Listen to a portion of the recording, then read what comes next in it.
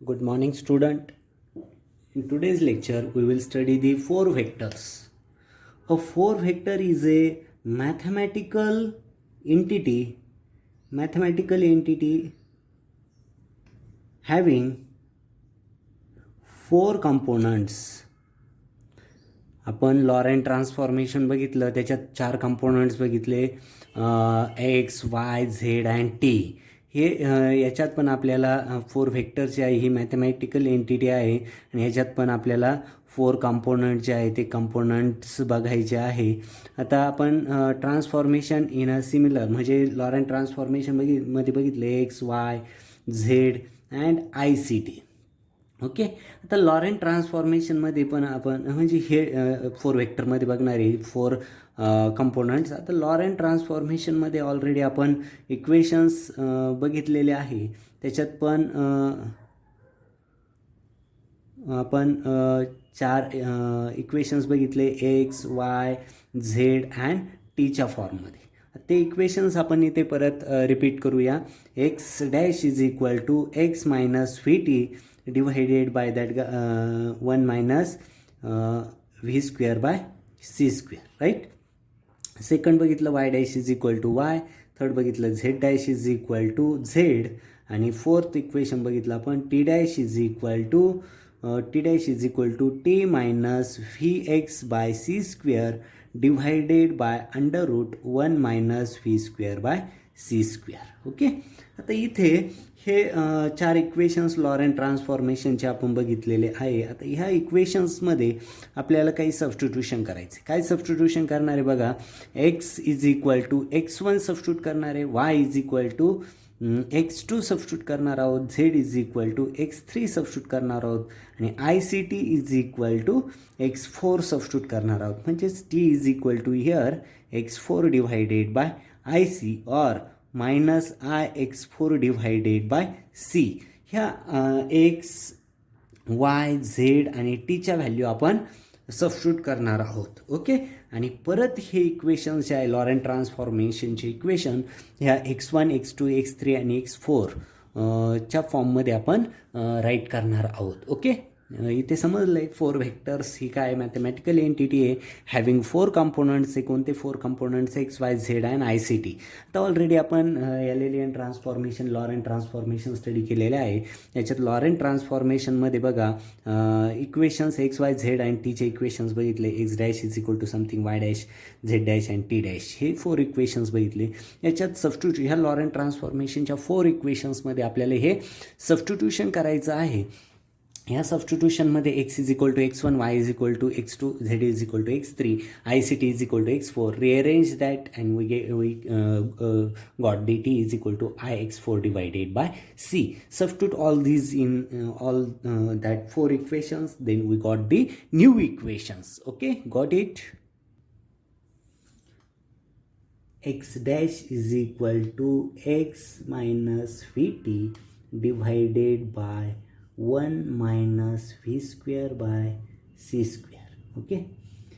Y dash is equal to y, z dash is equal to z and t dash is equal to t minus v by c square divided by under root 1 minus v square by c square. Okay. First, second, third आणि fourth असे चार equations आहे. तिथे काय substitute करणार आपण याच्यात. X is equal to x1, y is equal to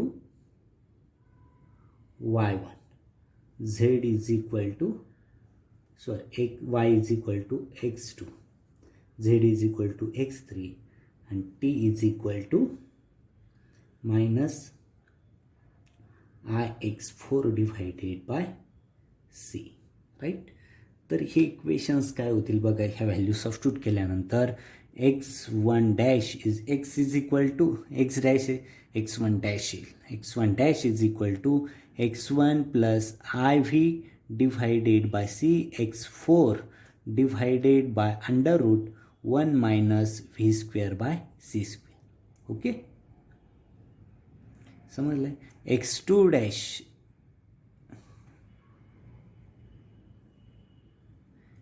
x2 dash is equal to x2. आता z means x3 dash is equal to z means x3, right? And here x4 dash by ic is equal to t dash. Okay, that means आता इथे rearrange करू.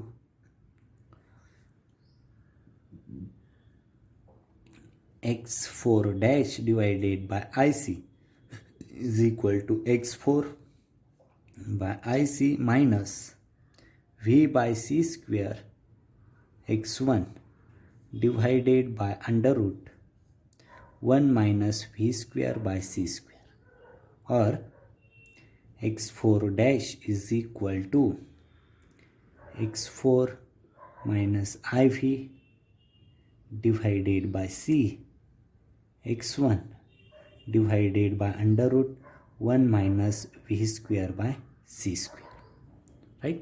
That means in here, after substituting this value in all these four equations, then we got the first, second, third and fourth equation. Okay, x1 dash मिळाला, x2 dash इथे मिळाला, x3 dash मिळाला आणि x4 dash मिळाला इथे. Okay,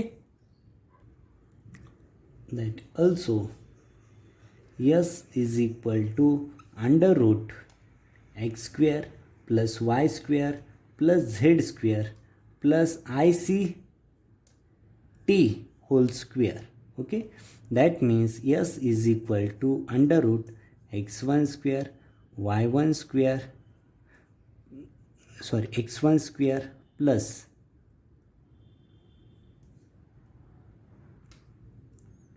x2 square plus x3 square plus x4 square. That means suppose a bar is a 4 vector and its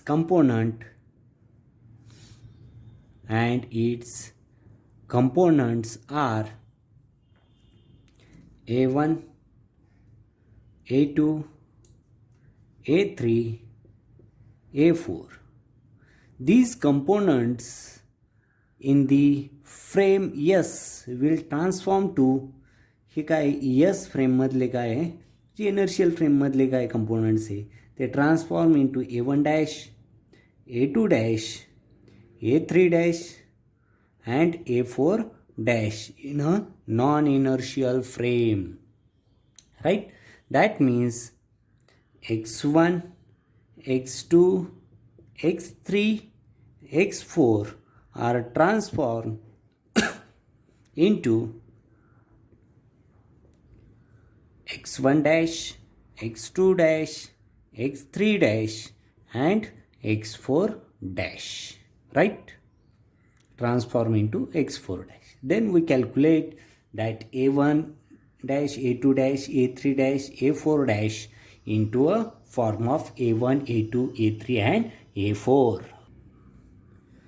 Then that a1 dash is equal to a1 plus iv by c a4 divided by under root 1 minus v square by c square. a2 dash is equal to a2, a3 dash is equal to a3 and a4 dash is equal to a4 minus iv by c a1 divided by 1 minus v square by c square. The length of 4 vector is given by length of 4 vector is given by length of 4 vector is given by s square is equal to a1 square plus a2 square plus a3 square plus a4 square and is invariant to Laurent transformations, that is a1 dash square, a2 dash square, a3 dash square a4 dash square is equal to a1 square plus a2 square plus a3 square plus a4 square, right? That means 4 vector is a space like a1 square plus a2 square plus a3 square plus a4 square is a positive quantity, right? Then the vector is time like a1 square plus a2 square plus a3 square plus a4 square is a negative quantity. ही positive quantity space like आहे, लक्षात घ्या. आणि ही जी आहे is a negative quantity, then this is the time like. ही negative quantity जी आहे ती काय आहे, टाईम लाईक आहे. आणि ही पॉझिटिव्ह क्वांटिटी जी आहे ती काय आहे, ही पॉझिटिव्ह क्वांटिटी जी आहे ती काय आहे, space like. Must remember that positive quantity is a space like, that negative quantity is a time like. Okay, that means याचे जर एक्झाम्पल घ्यायचे झाले position 4 vectors and momentum 4 vectors, ते आपण बघूया. That examples of 4 vector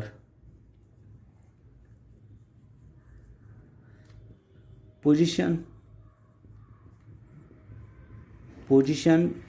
4 vector. Position 4 vectors बघू. कोणते position 4 vectors? X, y, z and c t. दुसरे बघा मोमेंटम 4 व्हेक्टर.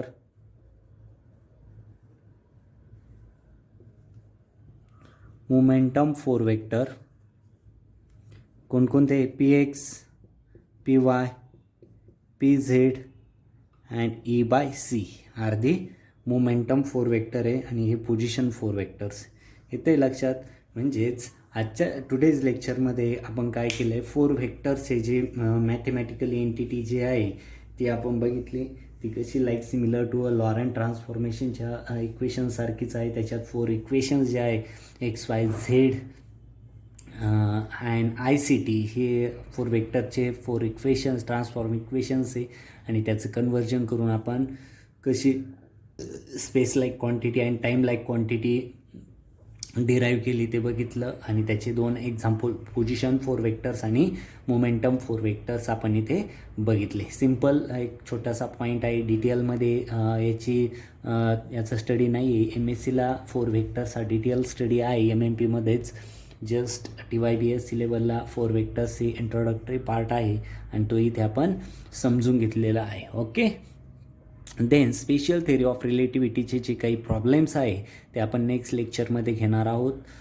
वेगवेगळे रिलेटिव्हिस्टिक व्हेलॉसिटीचे जे प्रॉब्लेम्स आहे, रिलेटिव्ह व्हेलॉसिटी जे कॉम्पिटिटिव्ह एक्झाम आणि सेमिस्टर एक्झामला विचारले जातात, ते प्रॉब्लेम्स आपण नेक्स्ट लेक्चरमध्ये सॉल्व करत आहोत. आणि नंतर आपण इथे हा चॅप्टर फिनिश करत आहोत. ओके, लास्ट पॉईंट जो होता 4 व्हेक्टर्स तो इथे फिनिश केलेला आहे. Then stop here. Thank you very much.